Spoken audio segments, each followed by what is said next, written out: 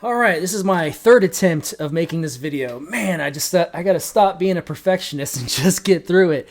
All right, so this video is an update. Welcome back, Liberty Trollers, by the way. Thank you so much for joining me here again.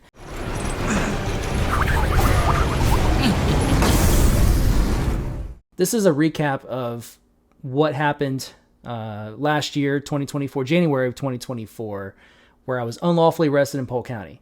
And then from there, I want to tell you what happened off camera once the cameras were shut off by law enforcement. And I was put in the police vehicle and taken off the booking. So I want to start there. But for those of you who don't know what happened, that's why I'm going to kind of recap. So if you haven't seen it already, I definitely recommend that you go back, click the link in the description of this video. Watch the unlawful arrest that I endured in January of 2024. And then also, if you want, I'll also put a link to the audio recording of the criminal trial that proceeded from that incident, where I was actually wrongfully convicted. Man, I can't talk right now. Wrongfully convicted and sentenced. Don't you hate that? After you eat, your body keeps trying to burp or hiccup or something. It's so freaking difficult to talk. Anyway, so recap. I was exercising my constitutional rights in a tax collector's office in Davenport, Florida, which is in Polk County territory, aka Sheriff Grady Judd's territory. His officers are so ill-trained. Oh my goodness. So if you saw the video, you know exactly what I'm talking about. I was unlawfully detained, unlawfully trespassed, and finally unlawfully arrested. That's Polk County for you, folks. Grady Judd, everyone. And they don't use body cams or dash cams in their vehicles. Oh, go figure, because they like to operate in the dark because they're violating people's rights all the time. Oh man, so yeah, I was recording, taking pictures and video in a tax collector's office in public, not breaking any laws, right? And I wasn't even disrupting business. And yeah, I was arrested and trespassed and all that fun stuff. How did that happen? All right. So I was in a lobby area. I was in a general testing area, but it was in the outer lobby area of the testing area, right? It's open to the general public. And one thing that everyone needs to take note of right here is Brandsburg v. Hayes case law. Okay, it speaks specifically to the press and the people having equal access. So if you are citizen press, which everyone has a right to be under the First Amendment of the United States Constitution, you have the right to record where you have a right to be, where the people can be. So wherever the people can be, the press can be also. Equal access. All right, so keep that in the back of your mind. I'm in a tax collector's office in a publicly accessible area. If you've watched First Amendment audit videos, you know exactly what I'm talking about. I was just, minding my own business. I was not being expressive. Okay. So you can be expressive when you're recording, but you have to be shouting or exercising your freedom of speech on top of, your press rights. But I was just there exercising my press rights. I wasn't there, tooting my horn or anything. I was just there to record, gather content for a story. The stories that you guys like to see that I disseminate to you to see how our public servants that we pay with their tax dollars, how they treat the public, if they treat us with respect, and if they recognize and honor our rights, which unfortunately does not happen most of the time. In this case, it certainly did not happen. You saw what happened. And if you didn't, please watch the video in the description. I'm going to link you guys to it so you can go watch it. If you haven't seen it, pause this video and go watch that real quick. Okay. I'm also going to put the link to my trial that proceeded after that, where I was wrongfully convicted and sentenced. I need you guys to watch that too. Okay. Don't forget. All right. So anyway, and I'm sorry I give you guys a spoiler alert on being wrongfully convicted, but I just want to tell you guys what happened when the cameras were off. Okay. What I experienced on the way to jail, in jail, and what sort of happened after that, what I've had to, what sort of costs have been associated, and getting legal representation and where I'm at now and why I've been, really kind of hammering the GoFundMe thing. Let me just kind of start with, the cameras were turned off when I was finally placed in handcuffs to go to jail. I was, as you know, I was given 3 charges during the time of my arrest, which were trespass after warning, which was later amended to trespass within a structure or conveyance. That was a little sneaky thing that the that the state did during trial. But remember that. So trespass after warning, resisting arrest without violence, and giving false ID to law enforcement officers. So those were 2 catch-all charges they just tacked on to trespass.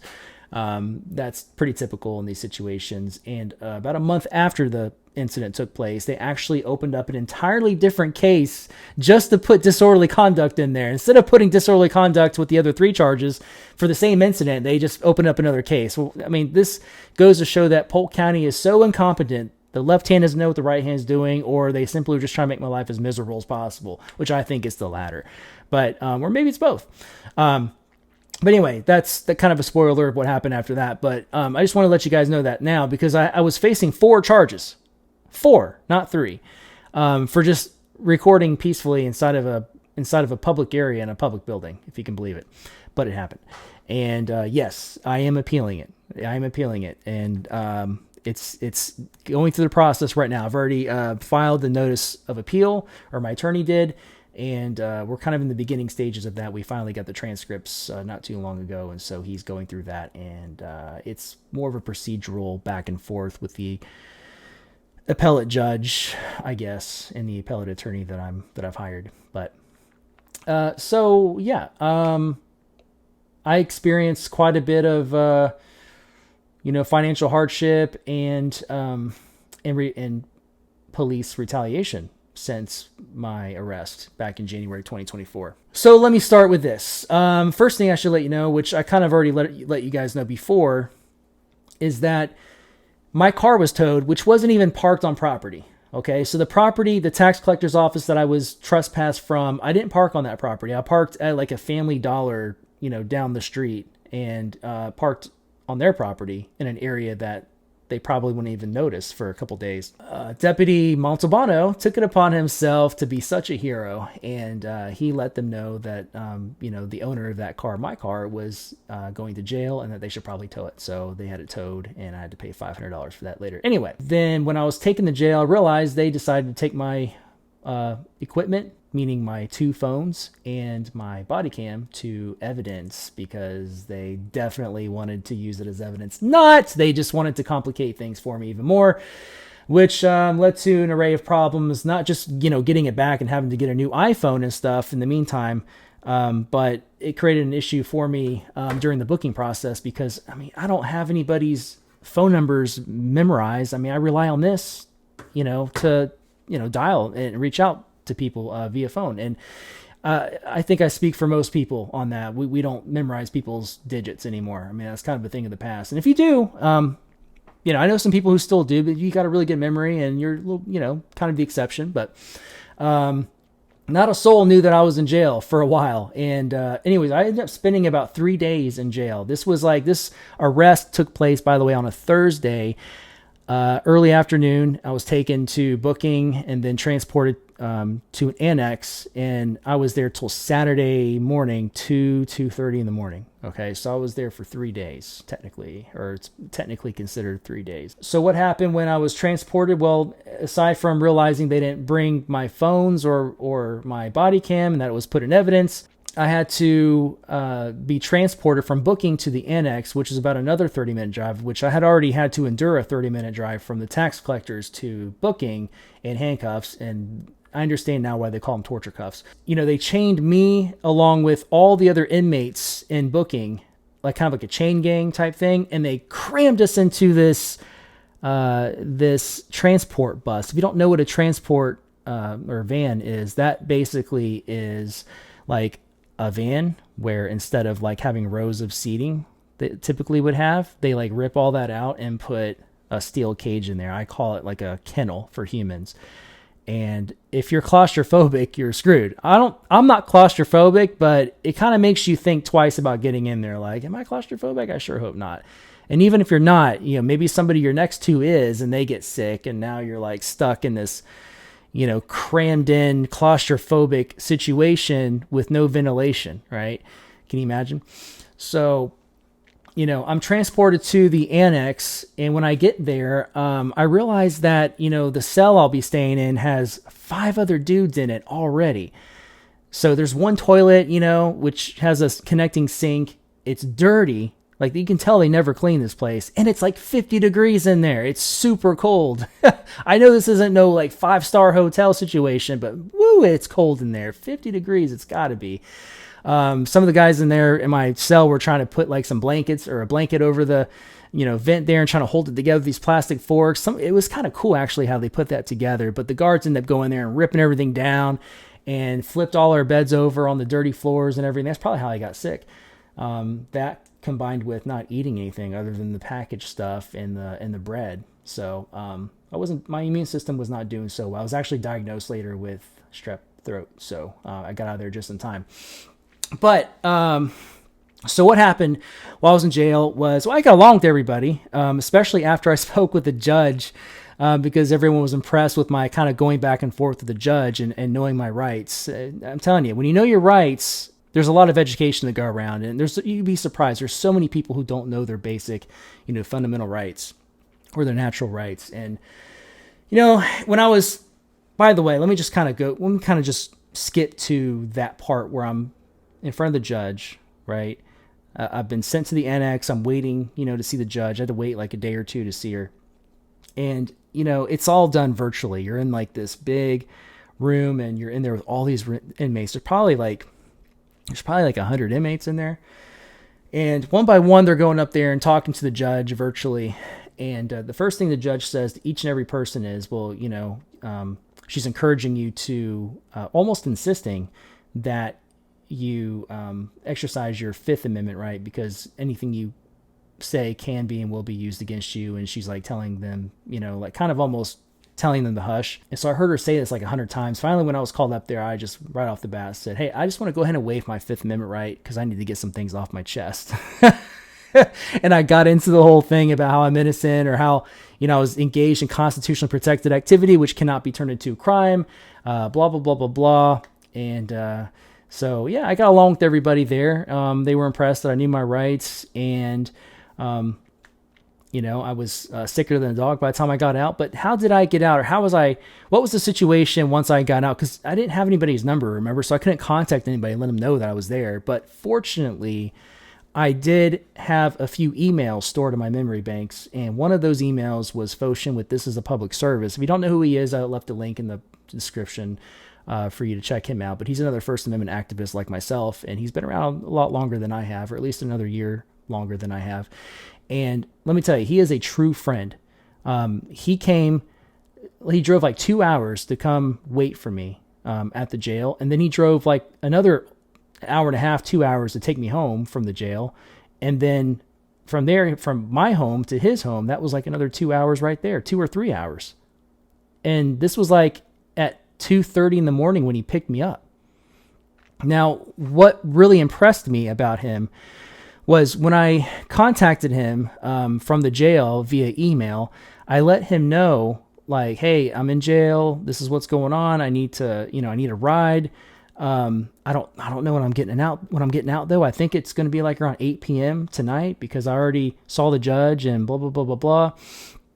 And I never got another opportunity though to go check the email again to see if he responded. So for all I knew, he never got it. Actually, I knew he got the first one I sent, and I think I sent him like maybe one response. I'm not sure. It's been a while now, but I just wasn't there was nothing confirmed on my end. There was nothing confirmed that said, okay, I'll see you at this time, or yeah, I know for sure I'm getting out this time. I kind of gave him like, oh, I think I'll be out of here by 8 o'clock, because I really don't know. They didn't tell me, but I know that I already saw the judge, and it takes, X amount of time for the paperwork to get processed. But from what I heard in Polk County in the jail there, they take their sweet time. They want you to stay in jail for as long as possible. So I finally got out like 2:30 in the morning. This is how I found out about my ride. After, I received my release form, which is supposed to have your court date, your first hearing coming up, the date, the time. Mine didn't have a date and time on it. So I showed the cop and I said, hey, why doesn't mine have a date and time? He's, oh, you'll get that in the mail. Oh, I'm like in the mailbox? He goes, yeah, just make sure you check it. I'm like, okay, remember that. Now I waited there because I was going to use the phone, try to contact my family. And the only reason I knew my family's number by this time is because the bail bondsman that I had been in contact with while I was in jail, he was able to track down my family and let him know that I was there, but I wasn't able to lock down any kind of situation that would get me home after release, and I didn't even know when I would get released. So anyway, here we are where I'm actually getting released. I was handed the paperwork, and the receptionist lady called me up, and she's like, do you recognize this number here? And I was like, no, because I don't recognize anybody's number. I don't have anybody's number memorized. She goes, well, do you know this person, recognize this person out here? And I look, and outside there's Phocion standing there. And I'm like, and I go outside, I go, bro, like, how long were you out here? He goes, oh, I don't know, since like 9 o'clock. This is like 2:30 in the morning, maybe later. And this guy's a trooper, let me tell you. He camped out there and waited for me from like 9 p.m. until I got out at like 2:30, 3 o'clock in the morning.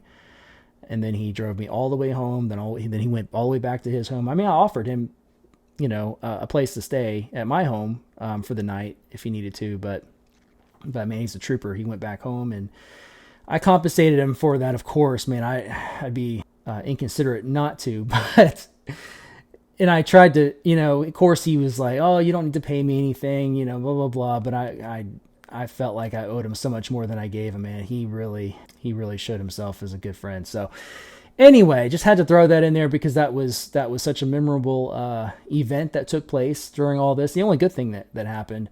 But my girlfriend at the time had to, the very next day, drive me to the towing place where they towed my car to get that back. That cost me like $500. I had to get an attorney once I found out there was a bench warrant out for me. And I found out through one of my followers who was following my case. He reached out to me and said, "Hey Zach, you got a warrant out for your arrest." I'm like, "What?" I had no idea, and it was for failure to show up to the first hearing. Remember I told you? Remember I never had the date and time on my release form? Well, I never received that in the mail. They never sent it to me, and I think it was done on purpose.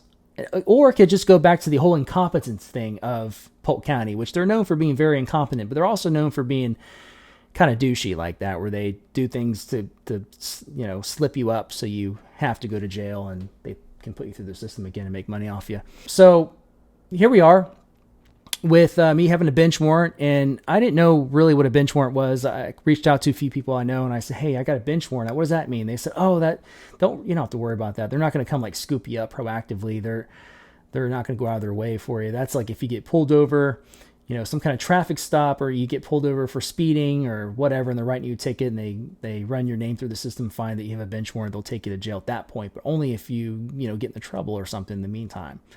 And I'm like, oh, so they're not going to come like scoop me up, and take me to jail for having a bench warrant. They're not going to like come after me. They're like, nah, don't worry about it.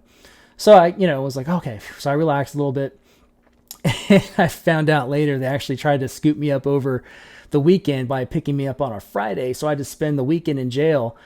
I wasn't home when they came by to pick me up, but I got the body cam footage of them coming to an attempt to try to take me to jail on a Friday for that. But man, I grabbed a lawyer as soon as I could. I paid $1,500 retainer for this lawyer, and he got me out of that situation, or took me to that first hearing, took care of that. And then I paid another $6,000 retainer for my criminal attorney with Bogan, Munns and Munns, then another $1,500 for the trial day. So by this point, I've paid about $9,000 in attorney fees. Then, after I had my trial, which was a jury trial, it was 12 months probation sentencing, along with 20 days in what they call the weekend inmate work program. So on the weekends, I was considered an inmate from 7:45 in the morning till 4 p.m. in the afternoon. And what you do is you're kind of like in an outdoor jail, like a sandbox, I call it. It's like a sandbox outside, and there's ants everywhere, and you can only sit down on a hard, wooden bench with no back part to it. So you can't get comfortable. And everyone's kind of crossing their fingers and hoping that the sergeant or one of the city workers will choose them to go out on these jobs, which are basically outdoor, weed eating and edging and picking up trash and those sorts of things. I'll get more into that in a little bit. Just want to make sure I didn't miss anything here. So I told you about, the experience in jail, how I got out of jail, who picked me up, how I got home. Then I picked up my car. I had to go out and get another iPhone because they kept my other 2 phones in evidence because I had no idea when I was going to get those phones back, and I needed my phones to function. I used one phone for like my main phone, this one for recording and such. It's my personal phone, and then I have another phone I use for work. They're both iPhones. And the reason I use iPhone, I used iPhone anyway, but I continue to use iPhone because the security on it is much better than like Android and other phones, because there's no way that the state's gonna get permission to go into someone's iPhone. They just don't want to. They don't want a lawsuit.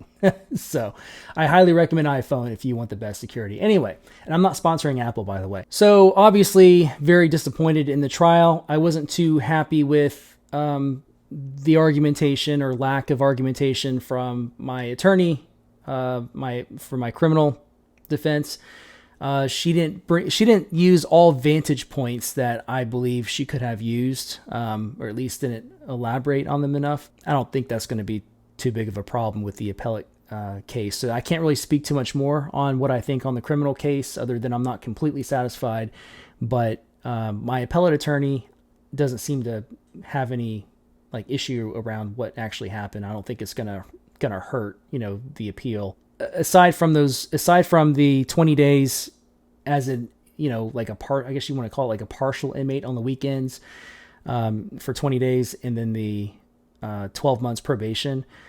I had to pay nearly $400 in court fees, plus, the probation is like $600 altogether for the 12 months, and then $400 for the 20-day inmate program.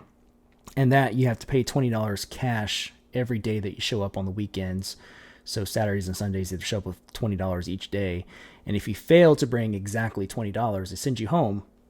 And after the second or third time, they take you to jail for the remainder of your sentence. So you don't want to come up short of $20 or be over $20 and not, because they're not going to give you change. They'll arrest you for just about anything over there. If you bring food that's in a package instead of taking the food out and put it in a Ziploc bag, that's another way to get arrested. Or if you sleep, and it's very hard not to sleep sometimes when you're out there in the sandpit all day long. That's why I'm saying, if you're out there, you're kind of hoping, like everyone else, that you get selected to go for, go on a job. I'd say the most interesting experience I had at this inmate work program was I was selected to go with a crew on a job, and one of the other inmates who watches my YouTube channel was sitting next to me on the bus. Thank God we weren't using the transport buses this time. We were using the actual, vans, I should say, with the rows of seating. And I was sitting in the front row next to this guy, and we're talking about one of my videos. Long story short, Sergeant Kendall was his name. Sergeant Kendall turned the bus around, got out, said, "Both of you out," took us out of the bus, or I keep saying bus, a van, took us off the van, went to the other sergeant that was outside there at the compound, and was just whining and griping about us. Just he was pissed. And then he took 2 Mexicans in our place to go into the van to go on the job, and he took off, pissed off. And then the other sergeant who listened to the other guy gripe was like, "Guys, he just gets upset very easily. Don't worry about him. I don't get upset over those sorts of things." So I guess something I had said, or the guy next to me said in the van, triggered this sergeant. Maybe it was something to do with auditing or something to do with recording in public. Something triggered him that got him riled up. But it ended up being a blessing in disguise, because we ended up going home early that day because we finished our work pretty quickly, and it was a 2-for-1 day.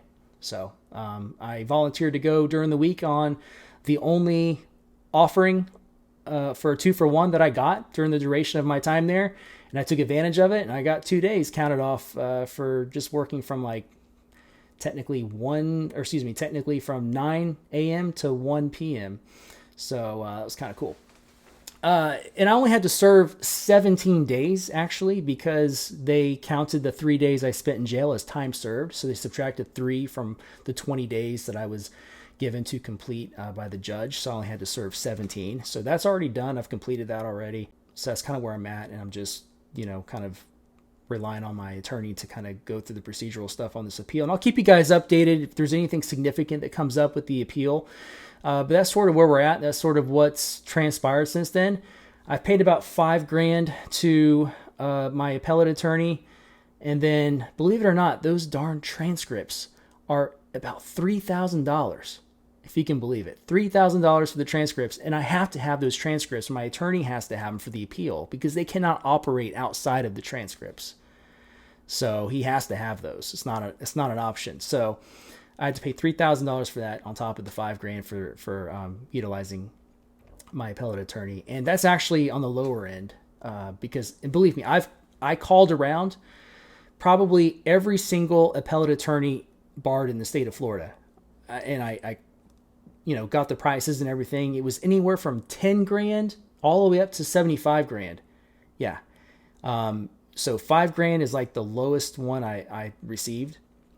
And I'm so lucky to have the attorney that I have now for the appeal. So I'll keep you guys updated on things I can let you guys know for anything significant that might be worth sharing. So that's kind of the story. I hope I shared all the details I wanted to share with you. I'm kind of a perfectionist. That's why this is like the third time I've done this video before releasing this one finally, the third attempt.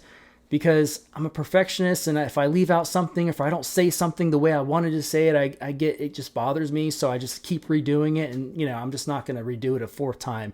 But I hope you guys, get the gist of what happened. And if you have any questions, let me know in the comments. Yeah, thanks again for watching, and I look forward to seeing you guys in the next video. And until then, truth, trigger, troll.